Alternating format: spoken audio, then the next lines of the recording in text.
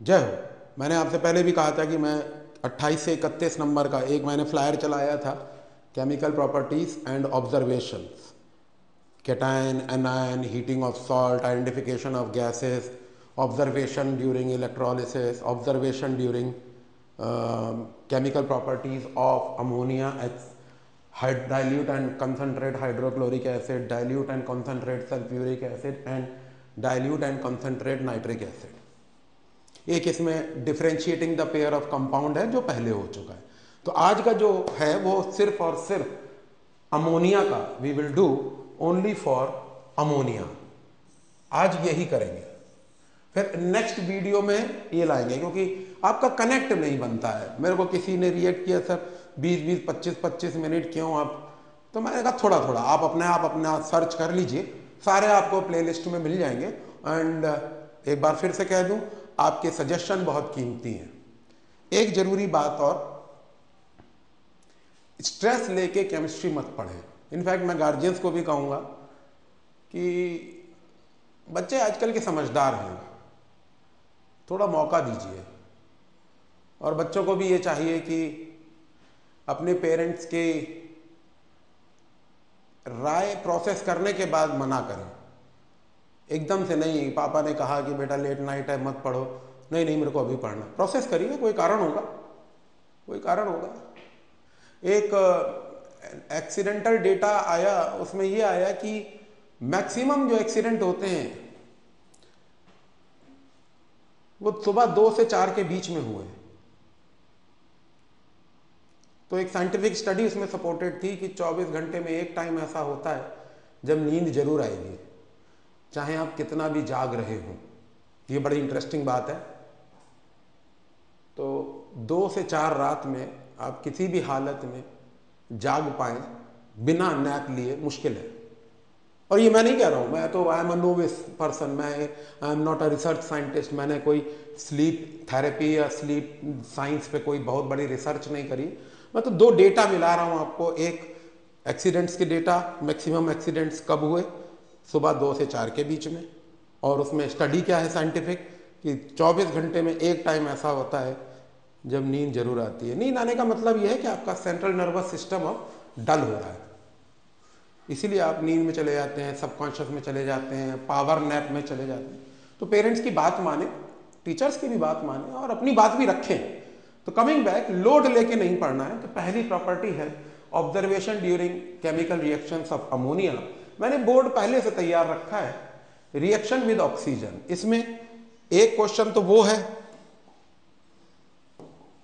Never believe the obvious वाला, क्या, if burnt in air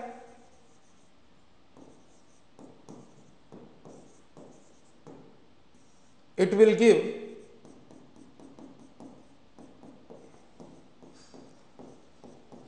nitrogen plus water, and observation is burns with greenish yellow flame.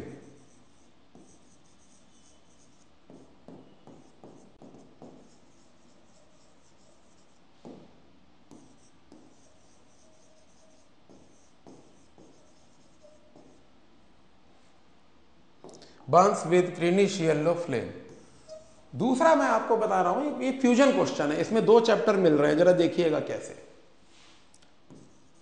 45-46 4NH3 with 5O2 in heated platinum at 800 degree centigrade would give 4NO and 6H2O plus heat.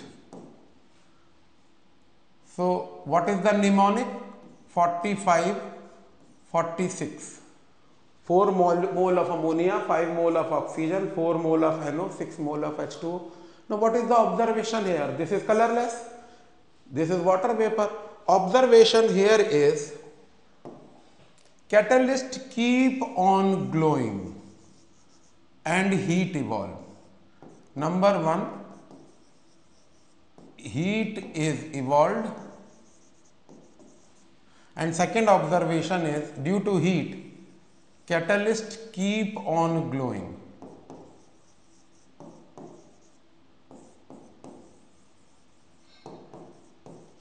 अभी इसमें fusion question नहीं आया, fusion question का मजा लीजिए। This is the starting reaction for industrial preparation of nitric acid which is called Ostwald reaction, Ostwald process. Ostwald process carried in 1, 2, 3, 4 step. This is the first step, that is catalytic oxidation of ammonia leads to formation of NO, and NO, nitric oxide, is further processed. So this is it. Next we have is ammonia in solution make ammonium hydroxide, and ammonium hydroxide is used for testing cation, and cations are calcium, zinc, lead, ferrous, ferric, copper. In these two, the precipitate formed is soluble. This is little NH4OH followed by excess NH4OH. Only these two cations, zinc and copper, are soluble in excess of ammonium hydroxide. Let us see how. You can relate the two. I will take up one by one. Number one,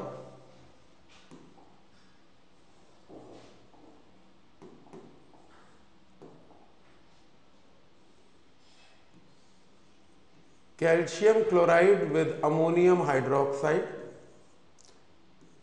zinc nitrate with ammonium hydroxide,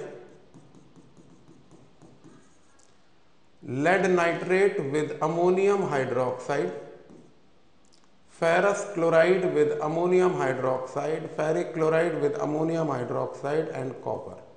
एक बार magnesium भी आया है कोविड-2 के बाद। 27 साल में एक ही बार ये क्वेश्चन आया और मैंने बच्चों से माफ़ी मांगी। माफ़ी मैंने इसलिए मांगी कि मैग्नीशियम मैंने बहुत अच्छे से तैयार नहीं कराया था, और मैं इसको जिम्मेवारी के साथ इस प्लेटफॉर्म पे आप लोगों को बता रहा हूँ, मैग्नीशियम भी आ चुका है। कुछ टीचर्स जैसे हमारे जैसे पहले थे, अरे मैग्नीशियम कभी नहीं आया है, नहीं अब नहीं, एक बार गलत हुआ है। तो देखते हैं, ये बहुत अच्छा क्वेश्चन है। नो विजिबल रिएक्शन, तो क्वेश्चन बन जाता है, ध्यान से सुनेंगे।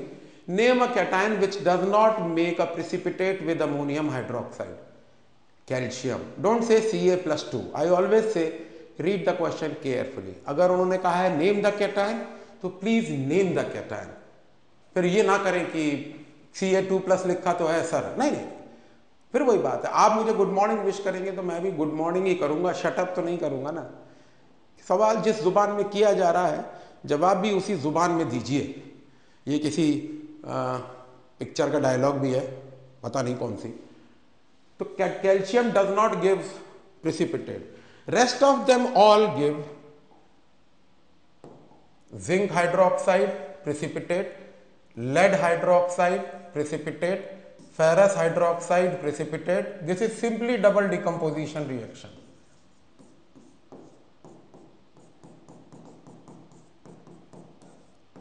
ये ले लिया मैंने, लेना नहीं चाहिए था क्योंकि ammonium nitrate is explosive in nature, but I always take a nitrate salt because it is soluble. आप जिंक क्लोराइड के साथ प्रेफर करें, वैसे सॉल्ट का चुनना अभी उतना जरूरी नहीं है।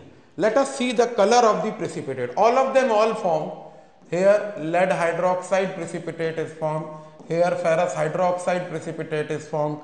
Here copper hydroxide precipitate is formed. Here dull white precipitate of magnesium hydroxide is formed. All of them precipitate are different colored. Let us see what is the color.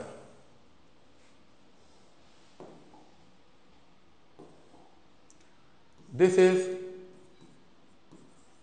gelatinous white PPT, little NH4OH, excess NH4OH. This is soluble.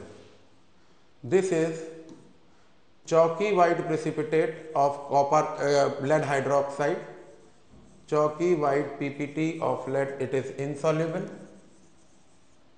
This is DGP, dirty green precipitate, DGP, insoluble.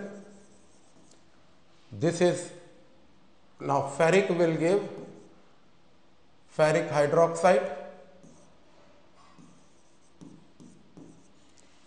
sorry,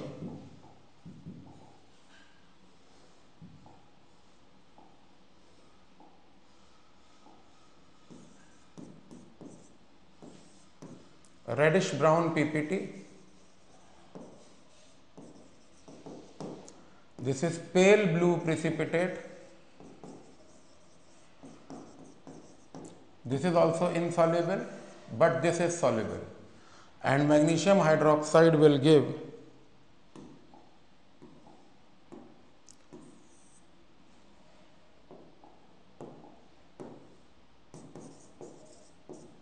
dull white precipitate.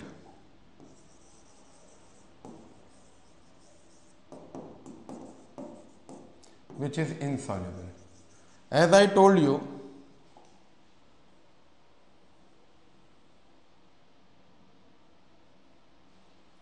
ammonia in solution is ammonium hydroxide. There are cations which with little ammonium hydroxide form precipitate. All of them are insoluble in excess of ammonium hydroxide. -2 zinc hydroxide precipitate is soluble in excess of ammonium hydroxide, and copper hydroxide pale blue precipitate is soluble in excess of ammonium hydroxide. This is further will be manifested with sodium hydroxide when I give you a lesson on identification of cation. याद रखेंगे पहला question, name a cation which does not make a precipitate with ammonium hydroxide. दूसरा, two ions which are soluble in excess of ammonium hydroxide, zinc ion and copper ion. And what precipitate does magnesium forms in little ammonium hydroxide is dull white precipitate of magnesium hydroxide from magnesium chloride. Next we have is, I am putting my hard earned money on it. ये बहुत important है और बहुत जिम्मेवारी के साथ लीजिएगा, और अगला बोर्ड भी मैंने इसको सेपरेट कर रखा है क्योंकि इसमें 5 क्वेश्चन बनेंगे अभी, and we are still warming up. So in this case, either chlorine is less or chlorine is more. If chlorine is less, ammonia react with 3 chlorine to give 6NH4Cl plus N2. Observation coming shortly. When ammonia is less and chlorine is more, an explosive liquid NCl3 is formed. Observation is, now observation, dense white fume is formed.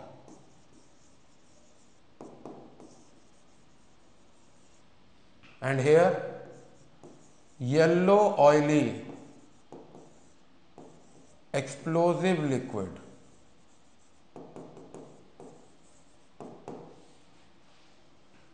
And in metal oxide, now this is important. One more question here is, name a gas other than hydrogen chloride gas which gives dense white fume with ammonia. Enjoy the question. Name a gas other than hydrogen chloride gas which gives dense white fume with ammonia. Answer is chlorine. So there are 2 gases which gives dense white fume with ammonia. Number 1, hydrogen chloride gas, which is the obvious answer, and the non-obvious one is chlorine, you can see. Next is here, there are 2 oxides of metal which are reduced by, I am giving one example here.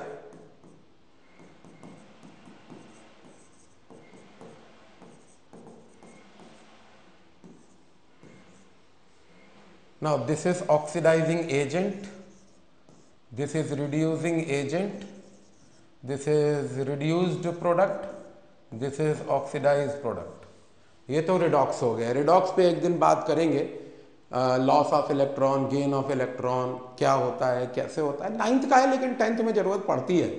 जो चीज़ जरूरत पड़, अब ये जाहिर सी बात है कि अगर आप कुछ खाने में बड़ा अच्छा सा खा रहे हैं, मान लीजिए खिचड़ी खा रहे हैं, तो खाली खिचड़ी तो डॉक्टर पेशेंट को बताता है, और जो खाने के शौकीन होते हैं वो खिचड़ी, दही, चटनी, पापड़, अचार सबसे मिला के खाते हैं।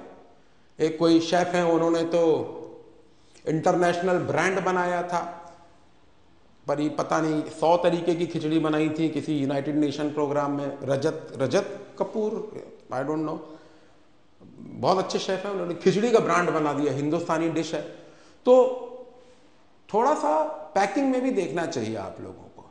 ऐसा नहीं है कि सिर्फ आप 9th में नहीं पढ़ना, 9th और 10th में 9th का क्यों पढ़ें, क्यों नहीं पढ़ेंगे, जरूरत है, क्यों नहीं पढ़ेंगे भाई। रिडॉक्स आपको 11th में भी दुखी करेगा, 12th में भी दुखी करेगा। मैंने अपने किसी लेक्चर में कहा है कि इलेक्ट्रोलिसिस में 12th की वीडियो में कहा था मैंने, रिडॉक्स, यूडोमीट्री और इलेक्ट्रोलिसिस मिला के क्वेश्चन आता है कंपटीशन में। तो क्वेश्चन कोई बाहर से थोड़ा ना बनता है, क्वेश्चन तो सिलेबस से ही बनेगा। कोई भी एग्जाम टेकिंग बॉडी होगी ना, वो सिलेबस के बाहर नहीं जाएगी, उनकी जिम्मेवारी है, they are liable to be prosecuted in the court of law. तो इसको लाइटली नहीं, और ये सर सिलेबस में है कि नहीं, सिलेबस में है तो पूछेंगे, and they should have very well reasons to justify that. ऐसा नहीं है कि उनके जो मन आएगा वो करेंगे, no, they will have to, then they will be penalised in the court of law. एक ऐसा केस हुआ, उसमें वो गार्जियन ने, वो कोर्ट चले गए, बोले भाई मेरे बच्चे के सारे सब्जेक्ट में सम मार्क्स हैं, इस सब्जेक्ट में 50% भी नहीं है उसका। कॉपी आई कोर्ट में और चीफ भी आए और करेक्शंस हुए। ऐसा नहीं है कि आप, कोई भी बच्चा डरे नहीं, ना उनको पेरेंट्स डराएं, ना मेरे साथी लोग टीचर्स डराएं, अरे ये पढ़ लो, अरे क्यों पढ़ लो भाई, जो सिलेबस में है। हाँ, अब रिडॉक्स आपके 10th के सिलेबस में नहीं है, लेकिन ये ऑक्सीडाइजिंग और रिड्यूसिंग एजेंट तो है। कल मैंने सल्फ्यूरिक एसिड का जो स्टेप रिएक्शन डाला, उसमें क्वेश्चन आया, कई बार आया, name the oxidise product when copper react with concentrate sulphuric acid. तो उसको आप ऑक्सीडाइज प्रोडक्ट पहचानना आपकी जरूरत है। इसको रिडॉक्स से रिलेट मत करें। हाँ, आगे जाके रिडॉक्स है, कैसे हो रहा है, आयन इलेक्ट्रॉन मेथड, ऑक्सीडेशन, वो सब 10th का नहीं है। मैं 10th पे ही रहूंगा, ये 10th का ही क्लास है, 10th का ही कैप्सूल है। अब इसके बाद dense white fume when ammonia. Now एक क्वेश्चन इसमें देखिए बड़ा अच्छा बन रहा है, right equation when excess of basic gas react with acidic gas. चलो इस क्वेश्चन को लिख देता हूं, ये बड़ा अच्छा सा लल्ला क्वेश्चन है, ये बहुत मजेदार क्वेश्चन है, लल्ला क्वेश्चन इसको कहूंगा मैं।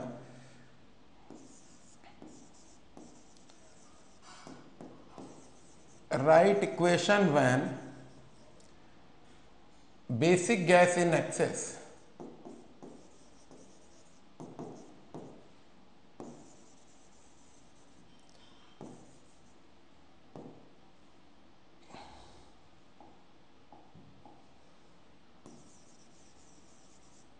react with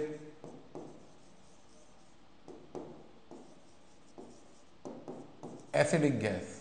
और यहां उल्टा हो जाएगा, सीधा चेंज, यहां क्या हो जाएगा, acidic gas in excess react with basic gas. तो दूसरा क्वेश्चन ये बन गया।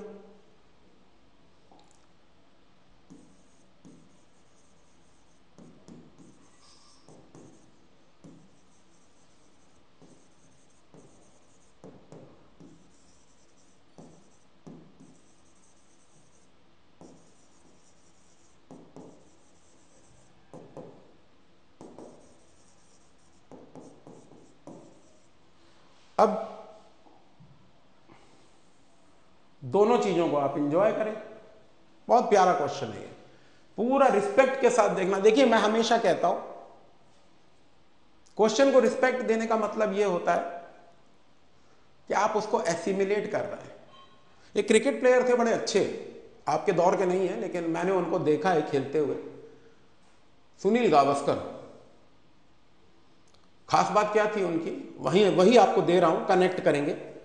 कोई बॉल जब बहुत अच्छी आती थी और सुनील गावस्कर जब प्लेट कर लेते थे उसको बिना आउट हुए, तो वो बल्ला उठा के सलाम करते थे, क्या बात रही होगी।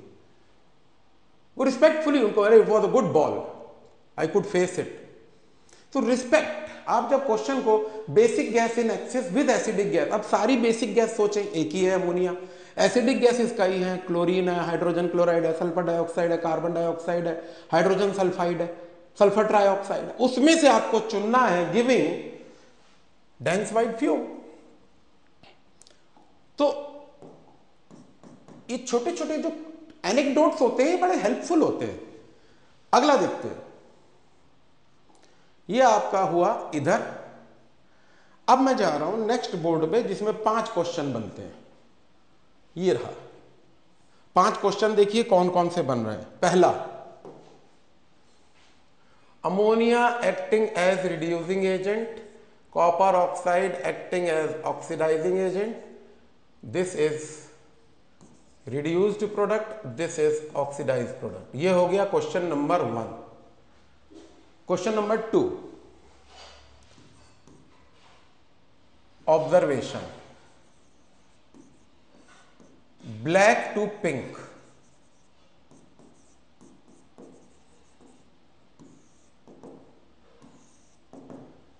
Question number 3, preparation of nitrogen from ammonia.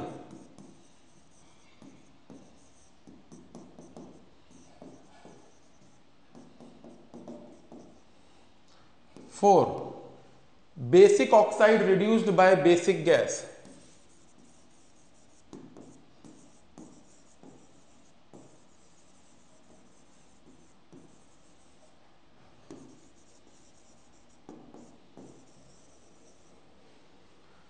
Number 4,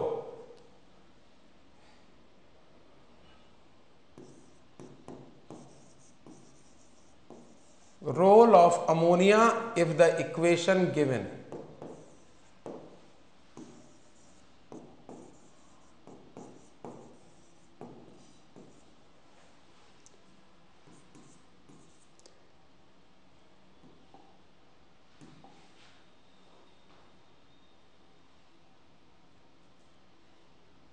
ये क्वेश्चन सेम रहेगा,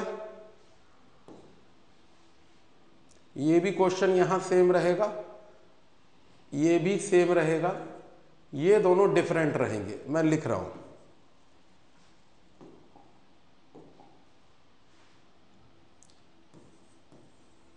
बफ येलो टू ग्रे सॉलिड, ये ग्रे सॉलिड है, ये बफ येलो है।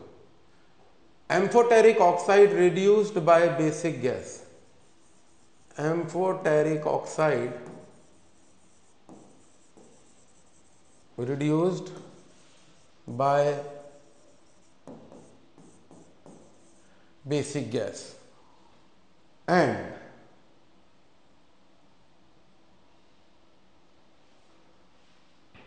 welcome to Saxena School of Thought. Thank you.